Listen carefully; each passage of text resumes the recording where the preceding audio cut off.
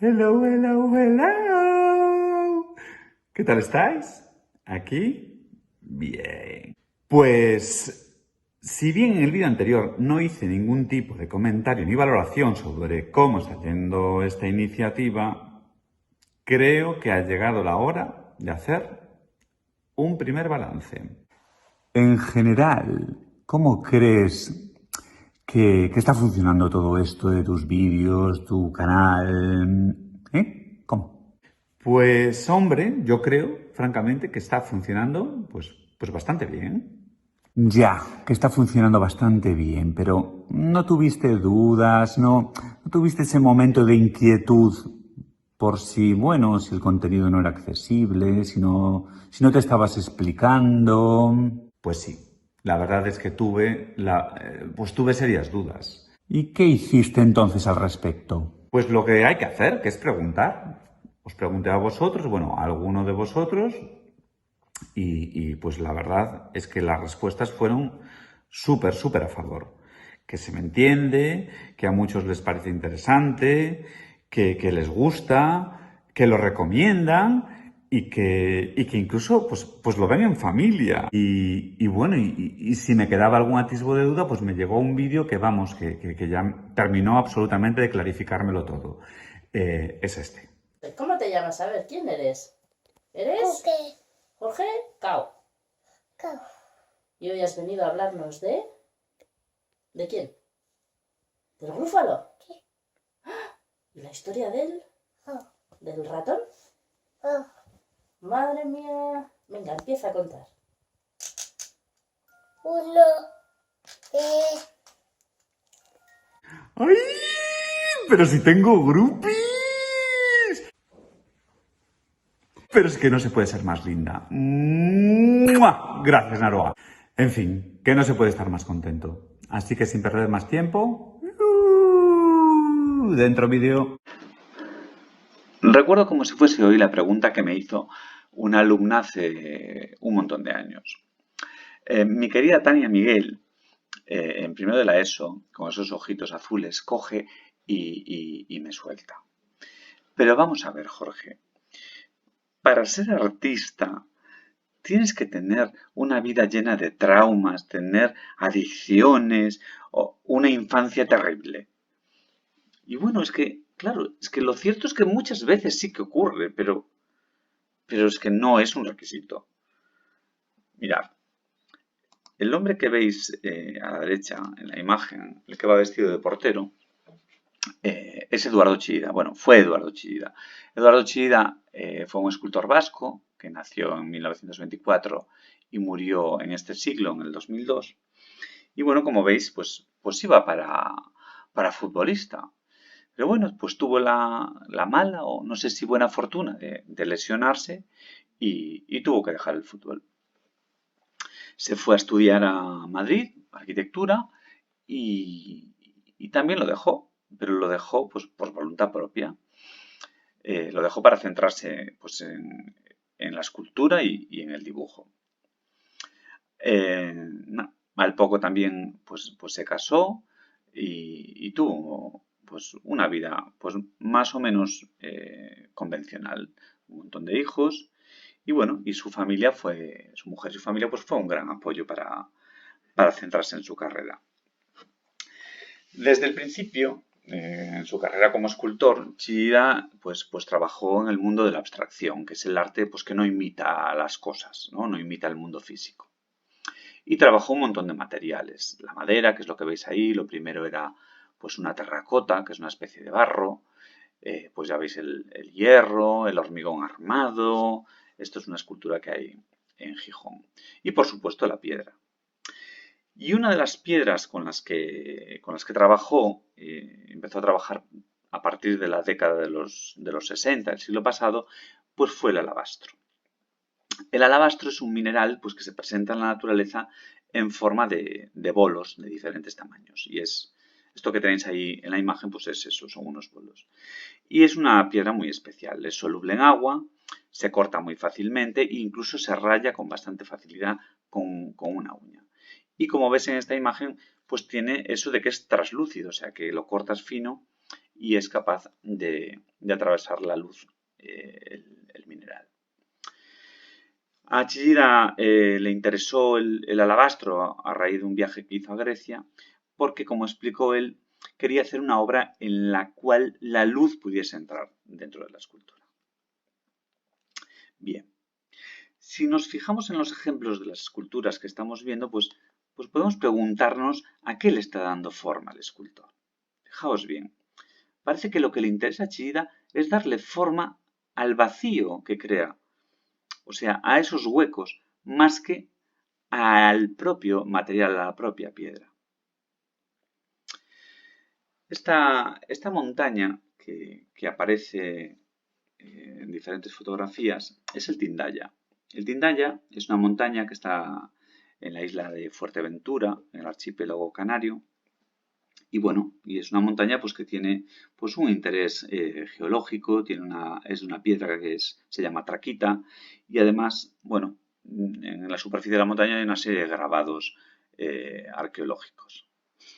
Pues bien, en el año 1995, Chillida, creo que era una conferencia o algo así en la Academia de San Fernando, perdón, pues presenta lo que él pretendía que fuese, pues eso, su gran proyecto como escultor, como artista. Y que era hacer un agujero, o sea, horadar el Tindaya y hacer dentro de esa montaña pues un gran cubo, que es un poco el esquema que estáis viendo ahora en la imagen, con un túnel de entrada y dos chimeneas que llegasen pues hasta la parte superior de la montaña, y que bueno, que por esas chimeneas pues os podéis imaginar pues entraría la luz del sol, la luz de la luna, etc. El proyecto de Chillida, el proyecto del Tindaya, pues no se llegó a hacer, no está hecho. Ha tenido sus idas y venidas, pero no está hecho. Por eso, bueno, me parece interesante que veáis esto que está apareciendo, que es una recreación de cómo sería ese espacio, como si nosotros estuviésemos ahí dentro, a lo largo del día y de la noche. A ver, no se ha hecho y no se ha hecho no tanto por el dinero que costaría, que sería la obra de ejecución material más cara de toda la historia del arte, sino, bueno, pues porque encontró oposición, tanto por parte de colectivos ecologistas, pues científicos, arqueólogos, pues se opusieron al proyecto. Pero bueno, a mí lo que me interesa de esto es que veáis cómo sería más o menos ese gran vacío que él proponía, y que de alguna forma, no sé, es como si estuviésemos dentro de esas esculturas pues que veíamos al principio, como si la ampliásemos por no sé cuánto, ¿no? y pudiésemos estar dentro. Entonces, visto esto, ¿qué es exactamente lo que nos propone Chillida? ¿Esto es una escultura o esto es arquitectura? A ver, si pensamos que es una especie como de cueva, ¿no? De gran espacio, parecería pues que es arquitectura. Pero claro, también si pensamos que está hecha como las esculturas que veíamos previamente, pues parece más bien una escultura. Cuánta pregunta y cuánta duda, ¿no? Pues es precisamente el tema de hoy, la identidad, las identidades. Pues a veces tenemos palabras que identifican a las cosas, a las personas, nuestros gustos, pues las cualidades, etcétera, ¿no?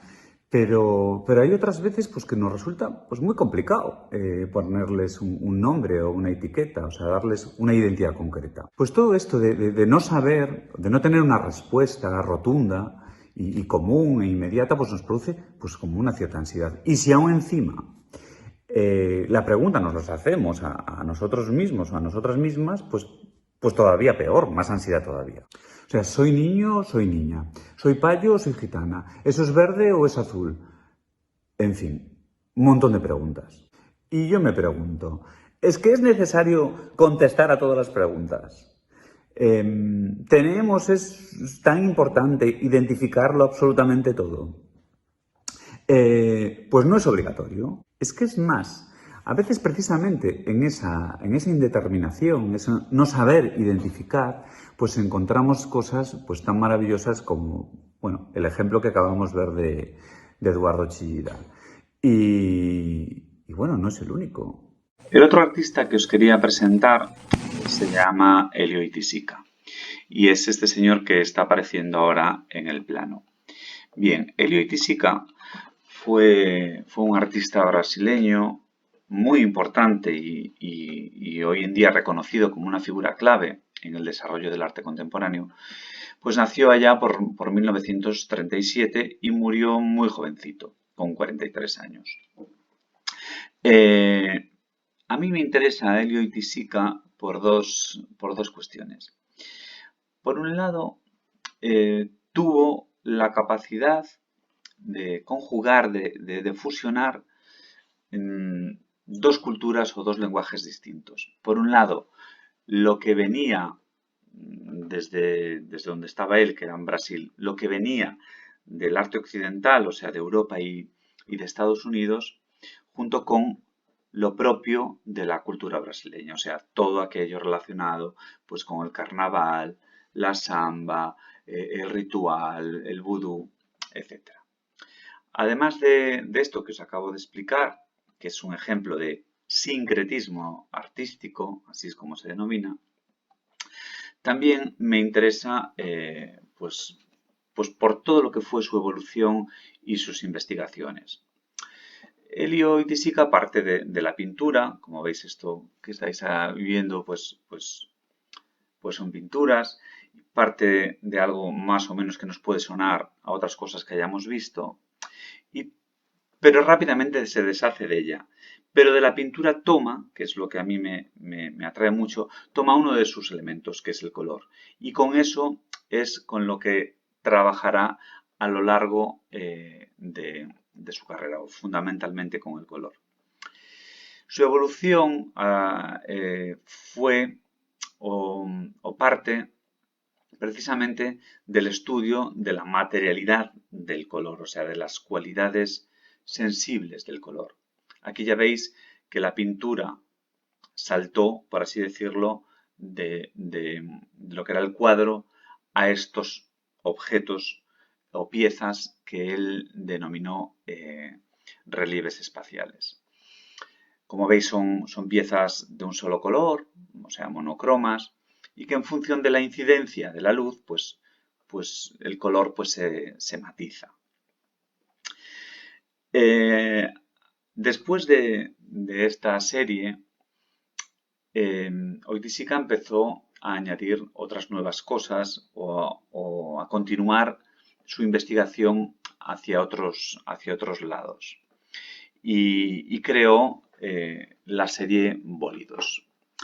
En la serie Bólidos, que esto todavía no es, esto es un relieve, en la serie Bólidos, Itisika lo que hace es, bueno, a partir de objetos a veces encontrados, este sí que es una de las piezas de Bólidos, pues permite que esas piezas sean manipuladas por el espectador.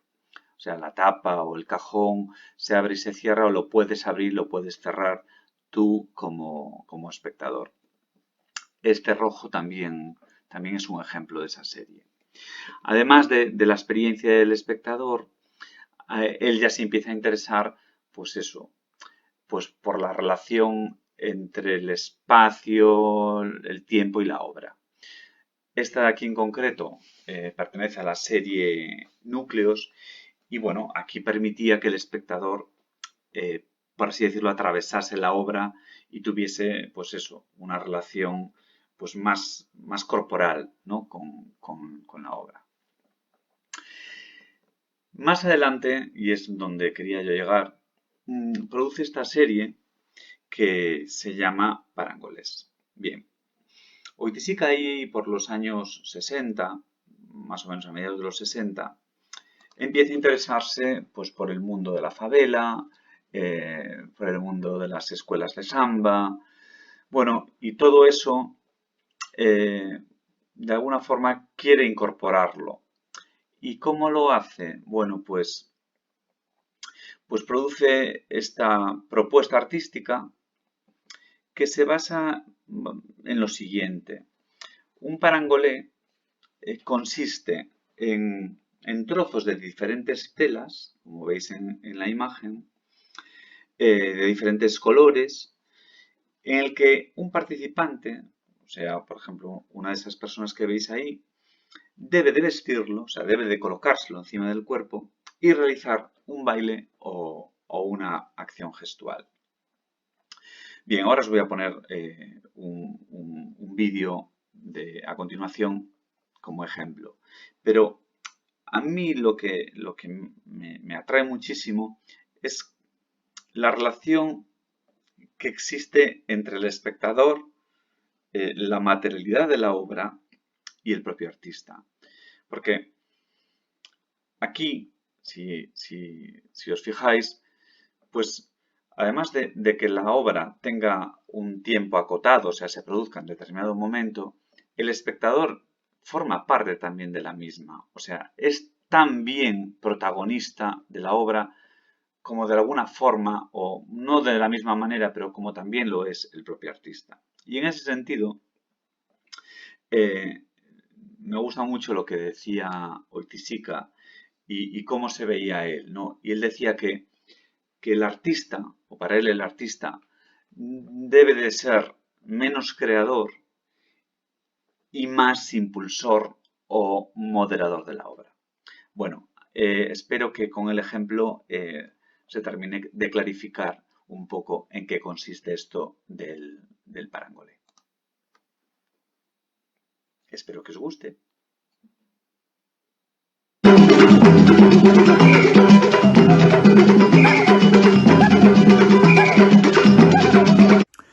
Pues en el caso de Chillida nos era muy complicado etiquetar si era una escultura o era arquitectura, pues en el caso de Oiticica, de la obra de Elio Oiticica, pues es muchísimo más difícil. Pero nos da igual, porque nos ha encantado y fin.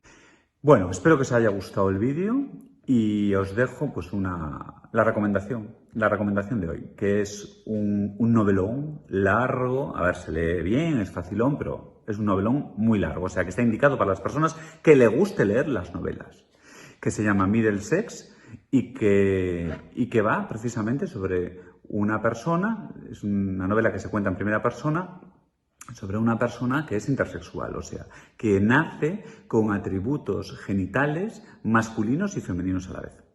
Y a mí me encantó cuando me lo leí. Así que hasta el próximo vídeo. Muchos besos, cuidaros mucho. I love you so much. I miss you.